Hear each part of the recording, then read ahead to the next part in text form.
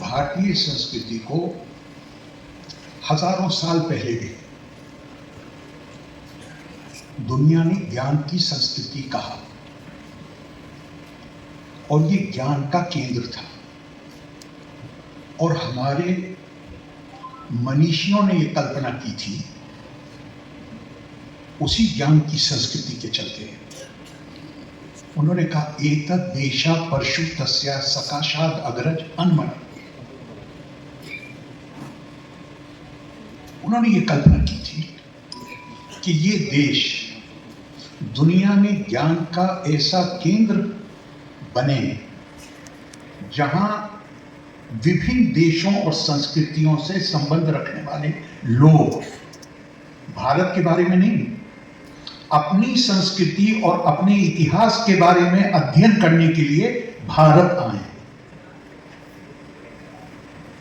यहां आएंगे तो हम भारत की संस्कृति का अध्ययन तो करेंगे, लेकिन हमारे पास ऐसे गुरुजन होंगे जो केवल भारतीय ज्ञान परंपरा, बल्कि ये भारतीय ज्ञान परंपरा का एक तरह से हिस्सा है।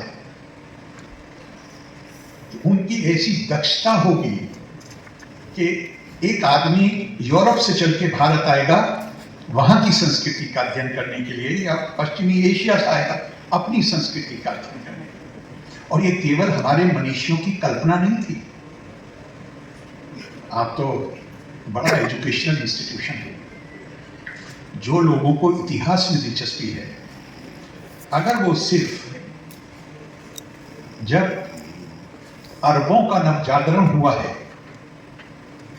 इस्लाम के बाद, और उनका वो काल जो जंगों के लिए नहीं बल्कि बौद्धिक कार्यकलापों के लिए जाना जाता है,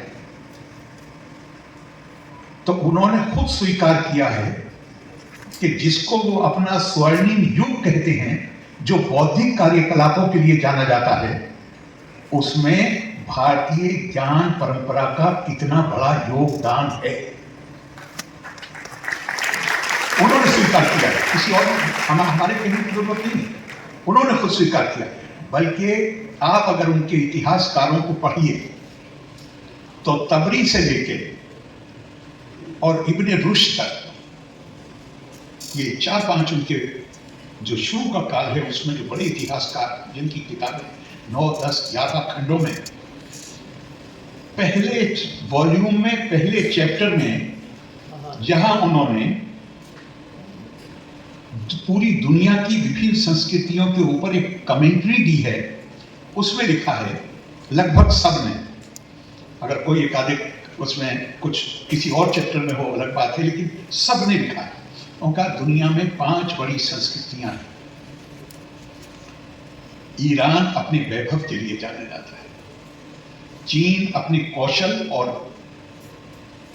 शासकों के प्रति जो उनकी वफादारी है उसके लिए जाना जाता है, रोम अपनी सुंदरता के लिए जाना जाता है, तुर्क बहादुरी के लिए, जो तुर्की संस्कृति है वो बहादुरी के लिए जाना जाता है। और यही, ये मेरे शब्द नहीं है, उन्होंने लिखा है, भारतीय संस्कृति अकेली संस्कृति है जो ज्ञान और प्रज्ञा के संवर्धन के लिए जानी जाती है।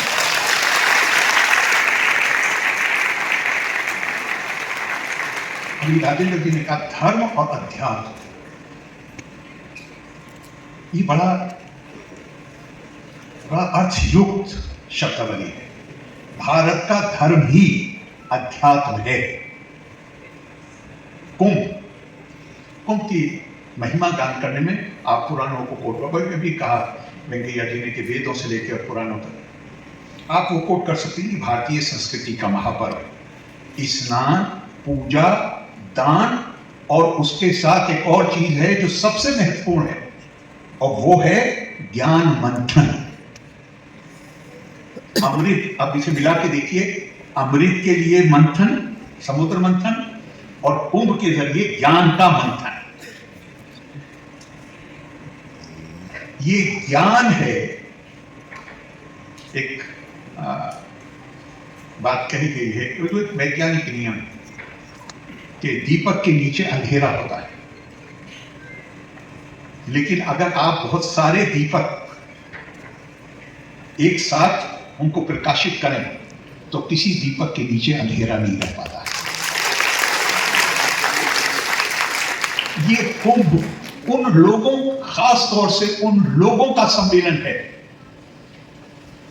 जो ज्ञान की उस निधि के साथ यहां पहुंचते हैं, और वो ज्ञान का मंथन होता है।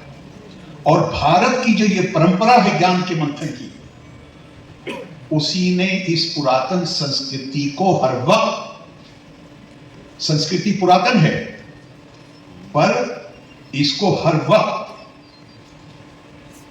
नित्य नूतन रखा है। स्वामी विवेकानंद के एक सहपाठी थे, बिरजेंद्र नाथ सील, मैसूर यूनिवर्सिटी के वाइस चांसलर।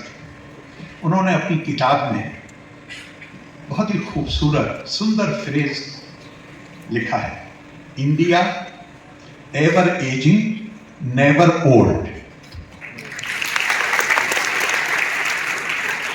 भारत पुरातन है, लेकिन विविधता के साथ जो कमजोरियां आती हैं वो नहीं है। क्यों नहीं है? कि ज्ञान की जो परंपरा है वो उसे निरंतर नूतनता देती रहती है। श्रीमद् भगवद गीता का एक श्लोक है, न जायते विर्यते वा कदाचिन नायम भूत्वा भविता वा न भूया अजो नित्या शाश्वतोयम पुराणो न हन्यते हन्यमाने शरीर।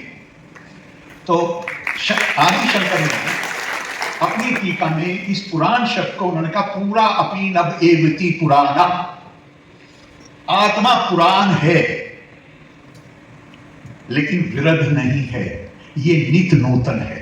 तो बिरजेंद्र नाथ सिंह जी ने कहा कि भारत की संस्कृति भी आत्मा की तरह की है। तो मैं जो थोड़ा बहुत अध्ययन किया है उससे मुझे लगता है कि वो सब बातें तो ठीक हैं कि दुनिया में इतनी बड़ी तादाद में इस तरह से इसका सम्मेलन, मेला संस्कृति में सम्मेलन कोई कहते हैं, लोगों के जमा होने को, वो जमा होते हैं, तो ये अपने आप में दुनिया में अनोखी मिसाल है। और हमारे भारत की जो धर्म ग्रंथ हैं उनमें रामायण में कहा गया है कि प्रयाग एकमात्र स्थान है। स्वामी जी महाराज,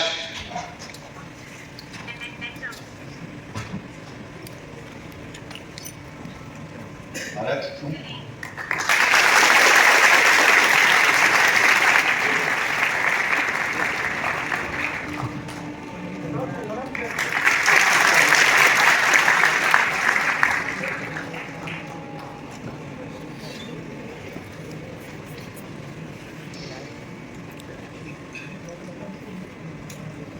तो अगर उसकी हम क्रिया की कुंभ की महत्ता बयान करें तो भरा हुआ है। रामायण में कहा गया है कि ये एकमात्र स्थान है दुनिया में जहां 3 नदियों का संगम है। दूसरे जगह कहा गया है कि प्रयाग गिरहों में सूर्य, नक्षत्रों में चंद्रमा और तीर्थों में प्रयागराज। अथर्वा वेद में आता है कि मानव को परम सुख देने वाला अगर कोई पर्व है तो वो कुंभ है। आदिशेष ने एक ऋषि के प्रश्न के उत्तर में कहा, प्रयाग ही तीर्थराज है, ये पवित्र है, पुण्यदायी है, क्षमा मोक्ष प्रदाता है और भारतीय जनमानस की पर्व चेतना का द्योतक है। रामचरितमानस में तुलसीदास जी ने कहा, भारद्वाज आश्रम अति पावन, परम रम्य मुनिवर मन भावन, कहाँ हो मुनि ऋषि समाजा, जेहि जे मज्जन तीरथ राजा। लेकिन ये तो इसका ऐतिहासिक धार्मिक है, पर आज के लिए और आने वाले समय के लिए चूंकि याद रखिएगा, दुनिया की कोई भी व्यवस्था, चाहे धार्मिक हो चाहे राजनीतिक हो, जब तक उसके अंदर ये क्षमता नहीं होती है कि वो बदलते हुए समय के तकाजों को पूरा कर सके, तो फिर वो कमजोर होने लगती है, क्षीण होने लगती है उसके कारण। भारतीय संस्कृति की खूबी है, जैसे गंगा के अंदर ये खास तौर से सारी नदियों में गंगा के अंदर ये क्षमता है कि ये मेरी राय नहीं, ये किताबों में लिखी हुई बात है जो बता रहा हूं आपको। इसके अंदर ये क्षमता है। मैं भी चूंकि कानपुर से भी एमपी रहा हूं, पैदा भी उस गांव में हुआ हूं जो गंगा के किनारे है, और इसलिए बुलंदशहर तो जरा थोड़ा पढ़ने का उसके बारे में शौक भी है। तो खास तौर से जब वो प्रदूषण का मामला चल ही रहा है बहुत सालों से, और मैं उस समय कानपुर का प्रतिनिधित्व करता था संसद में, तो मैंने ये मामला बार बार उठाया था संसद में। तो जो वो मैंने पढ़ा तो उसमें था कि गंगा में ये क्षमता है कि वो अपनी गंदगी, जो गंदगी उसमें आती है, वो 17 या 20 मील के वो जो रेत के साथ जो वो घुलता मिलता है, तो उतनी दूरी के बाद उसकी पावनता फिर से बहाल हो जाती है। इसी तरह भारतीय संस्कृति कि हमारे जो मनीषी, हमारे जो संत हैं, और ये ध्यान देने की बात है कि भारतीय समाज का आदर्श कभी भी राजा या सेना नायक नहीं रहे। भारतीय समाज का आदर्श संत रहे। भारतीय समाज का आदर्श त्यागी पुरुष रहे। भारत का खुद स्वामी विवेकानंद ने कहा, India has only 2 ideals, national ideals, renunciation and service. Intensify her in these 2 channels, the rest will take care of itself। Bharat के केवल 2 ही राष्ट्रीय आदर्श हैं, त्याग और सेवा। इन दोनों में भारत को घनीभूत कर दीजिए, बाकी चीजें तो अपने आप ही ठीक हो जाएंगी। तो ये मैं यहां को जो देखता हूं, वो देखता हूं कि ये वो जगह मुझे नहीं लगता कि कोई भी जो जाने माने हमारे संत हैं, ज्ञानी लोग हैं, वो सबका यहाँ डेरा लग जाएगा। वो सब आपस में विचार विमर्श करेंगे, और उनके जो विचार विमर्श होंगे या उनके जो उद्बोधन होंगे, वो जो लोगों को बात करेंगे, उससे वो ज्ञान की ज्योति प्रकाशित होती है। मैं ऐतिहासिक तौर पर मैं देख रहा था कि एक तो राजाओं में हर्षवर्धन का नाम आता है, जिन्होंने सरकारी संरक्षण में कुंभ का आयोजन किया, और इसी के साथ एक दूसरा नाम आता है कश्मीर के एक राजा का, जिनका नाम था मेघावाह। उनके लिए भी लिखा हुआ है कि उन्होंने भी प्रयाग में सरकारी संरक्षण में कुंभ का आयोजन कराया। लेकिन इन राजाओं से अलग हटके जो नाम आता है, और उसका उद्देश्य समझिएगा, आदि शंकराचार्य। आदि शंकरा ने कुंभ के आयोजन के संदर्भ में उनका नाम विशेष तौर से आता है। उनकी खास चिंता क्या रही? उस समय जब ये देश, ये पूरा भूभाग राजनीतिक तौर पे टुकड़े टुकड़े में बटा हुआ था। आदि शंकरा का सबसे बड़ा कारनामा क्या है? उनकी जो लेखनी थी वो तो थी बड़ी सशक्त। ब्रह्मसूत्र हो, भगवद गीता हो, दूसरे उनकी टीकाएं हो, वो आज भी लोगों को प्रेरित करती हैं, शिक्षित करती हैं। लेकिन उनकी चिंता का विषय क्या था? उनकी चिंता का विषय था कि भले ही राजनीतिक तौर पे बटा हुआ है भारत, लेकिन आध्यात्मिक और सांस्कृतिक एकता का भाव पूरे भूभाग में प्रबल होना चाहिए। और हम कहते हैं, अक्सर कहते हैं, मैंने भी सुना कि उन्होंने इस एकता को बनाने के लिए 4 मठ स्थापित किए। मेरे भाई, इमारतों से, बिल्डिंग से एकता नहीं स्थापित होती। असल बात है कि उन्होंने वेदों से 4 महावाक्य लिए, और उन 4 महावाक्यों को चारों मठों को एक एक करके दिया। अहम ब्रह्मास्मि, तत्त्वमसि, प्रज्ञानम ब्रह्मा, अयम आत्मा ब्रह्मा। आप इन चारों का अनुवाद करके पढ़ें तो एक ही मतलब निकलता है, वो है मानव की दिव्यता। भारतीय संस्कृति का सबसे बड़ा कोई योगदान है दुनिया में, तो वो ये है कि भारतीय संस्कृति ने दिव्यता का मानवीकरण किया और मानव का दिव्यकरण किया। और हमारे साथ ये वेदों से, ये जो महावाक्य हैं, ये वेदों से नहीं, ये आदि शंकर की खुद की रचना नहीं है। तो भारत इन आदर्शों और मूल्यों के लिए अपनी विकास और प्रगति की यात्रा के पहले दिन से भारत ने इन मूल्यों और आदर्शों का संवर्धन किया है। और ये आप पूरी दुनिया, अब आज हम जिस माहौल में रह रहे हैं, पहले विश्व युद्ध और दूसरे विश्व युद्ध से आज दुनिया अलग है। आज की दुनिया में एक एक देश के पास इतने एटमी हथियार हैं कि वो पूरी दुनिया को ध्वस्त करने के लिए काफी है। और रोजाना धमकियां दी जा रही हैं। एक देश दूसरे देश को धमकी दे रहा है कि हम तुम्हें तुम्हारे अस्तित्व को खत्म कर, सफाई हस्ती से मिटा। ये क्यों है? ये इसलिए है कि बदकिस्मती से पूरी दुनिया में संस्कृतियों को परिभाषित किया गया है, या तो खाल के रंग से, या भाषा से, या आस्था को अभिव्यक्ति दी जाती है। इंसान अकेला नहीं रह सकता, उसे समाज चाहिए।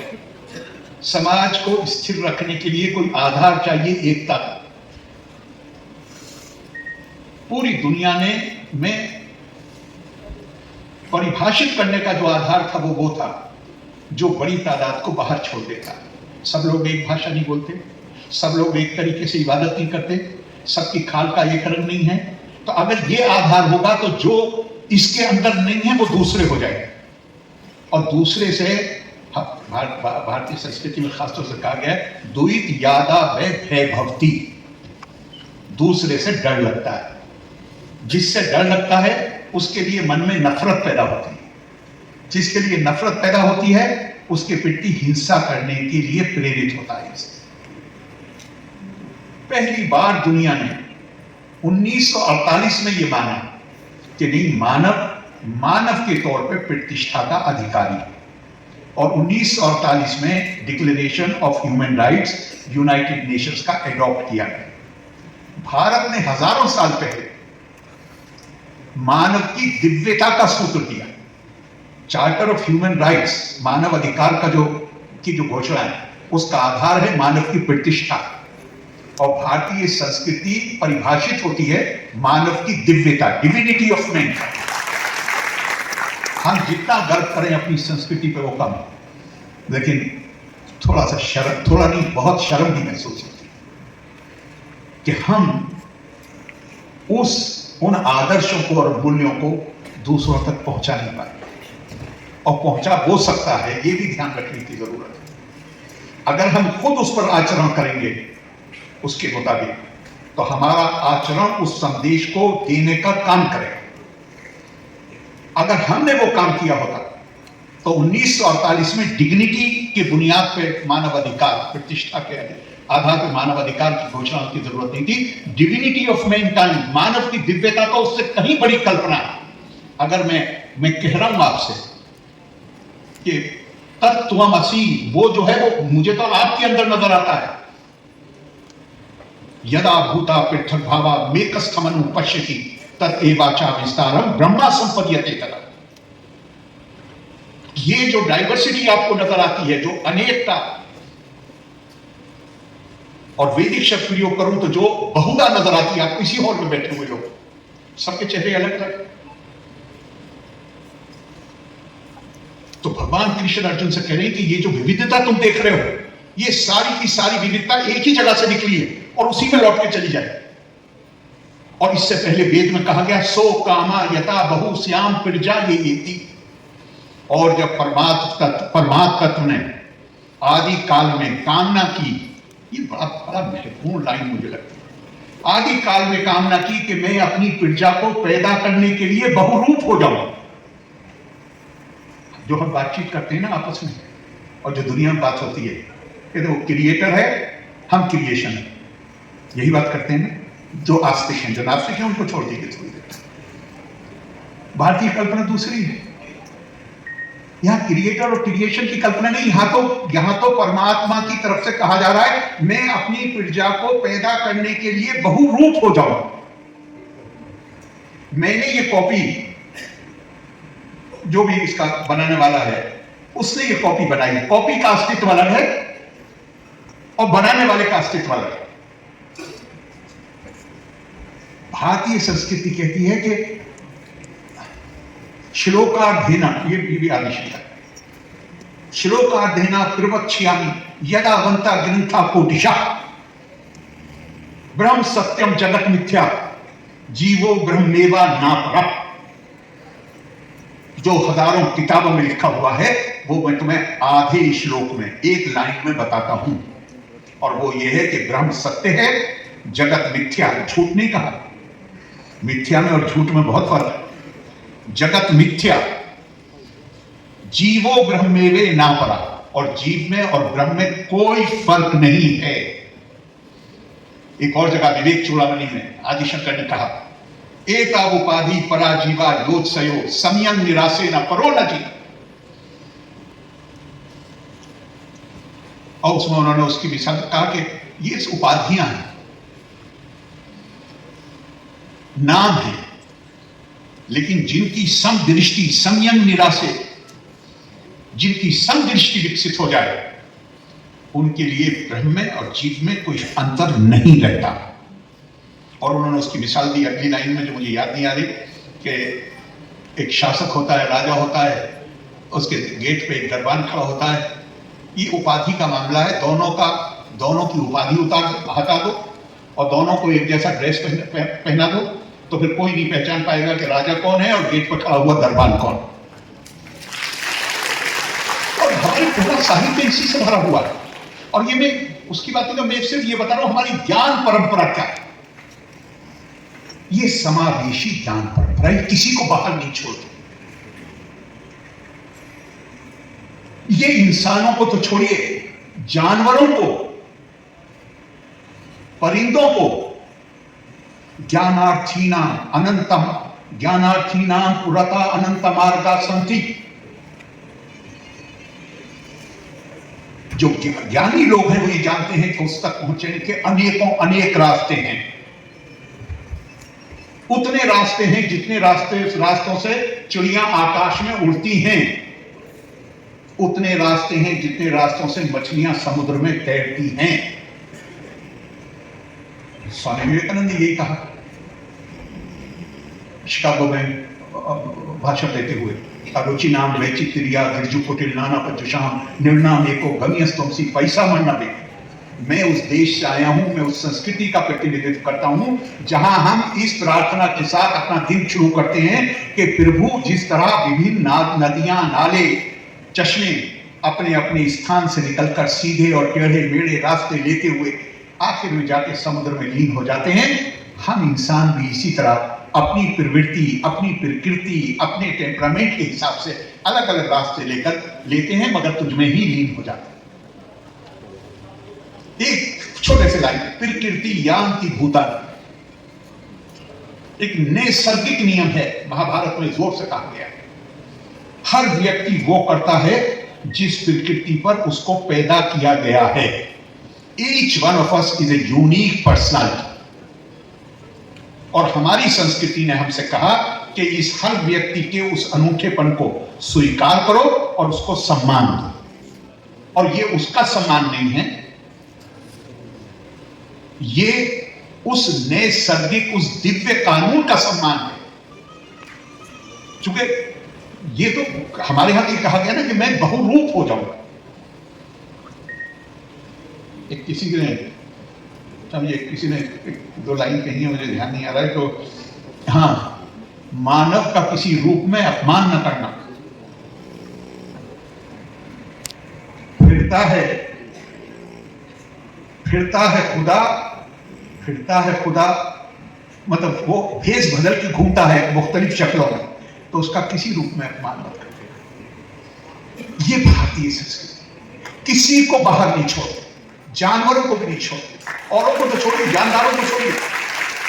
आपको ये भी अधिकार नहीं है कि आप, अगर हम अपनी संस्कृति के अनुसार आचरण करें तो हमें पत्थर पे लात मारने का भी अधिकार नहीं है। पता नहीं किस पत्थर में हाल ले हूं, हमें अधिकार नहीं है हम उसको ठोकर मार सकते। आखिर मैंने बहुत टाइम ले लिया ऑलरेडी, सॉरी। आखिर में बताते हुए कि सारा जोर हमारे यहाँ इसी बात है। और मुझे जो दिलचस्पी है वो ये है कि कुंभ होगा तो यहाँ और जो साधारण जन इकट्ठे होंगे, ज्ञानी जन भी इकट्ठे होंगे, हमारे संत भी आए और उनसे एक जो साधारण व्यक्ति है वो फायदा उठा सके। मुझे ये इसका अमृत तो सबसे बड़ा विद्या की तरह नहीं, ज्ञानी सदृशम पवित्र यहाँ विद्यते, विद्या से बड़ा अमृत कौन सा है। तो ये मौका होगा कि जहां उन अमृत की बूंदों को लोगों को चखने का मौका मिलेगा। और श्रीमद् भगवद गीता में कहा गया है, ये नेकम सर्वभूतेषु ये नेकम भावम अव्ययम ईक्षति अविभक्तम विभक्तेषु तज ज्ञानम वृत्ति सात्विकम। जो जिस ज्ञान से साधक सब भूतों में विभक्त रूप से स्थित एक अविभक्त आत्मा को, एक अविभक्त रूप को और अविनाशी रूप को देखता है, वही सात्विक ज्ञान है और कोई सात्विक ज्ञान नहीं, जिससे हम उसको देख सकें कि। और यह के लिए एक जगह नहीं है, बार बार आया, समम सर्वेषु भूतेषु तिष्ठितं परमेश्वरम विनश्यत्स्वा विनश्यन्तम या पश्यति सा पश्यति। जो सबको समम सर्वेषु भूतेषु, जो सबके अंदर स्थित परमेश्वर को देख सके। आंखें हमारे सबके पास हैं, लेकिन भगवान कृष्ण कह रहे हैं देखने वाला वो है जो सबके अंदर उस एक परमेश्वर को देख सके। कुंभ बहुत बड़ा, पूरी दुनिया मानती है बड़ा होगा। तो ऐसे जो मेरे हैं उनका महत्व क्या है, मुझे फिर याद आता है, मत चित्ता मद गता पिराना बोधयन्ते परस्परम कथायन्तश्च माम नित्यम तुष्यन्ति चा रमन्ति चा। ये भक्त लोग जमा होंगे, ये वो होंगे जिनकी बड़ी, जो सर के ऊपर गठरी रख के अपना सामान लेके शुद्ध मन से शुद्ध भाव से यहाँ पे आएंगे। कि किसको क्या हासिल करने के लिए आ रहे हैं।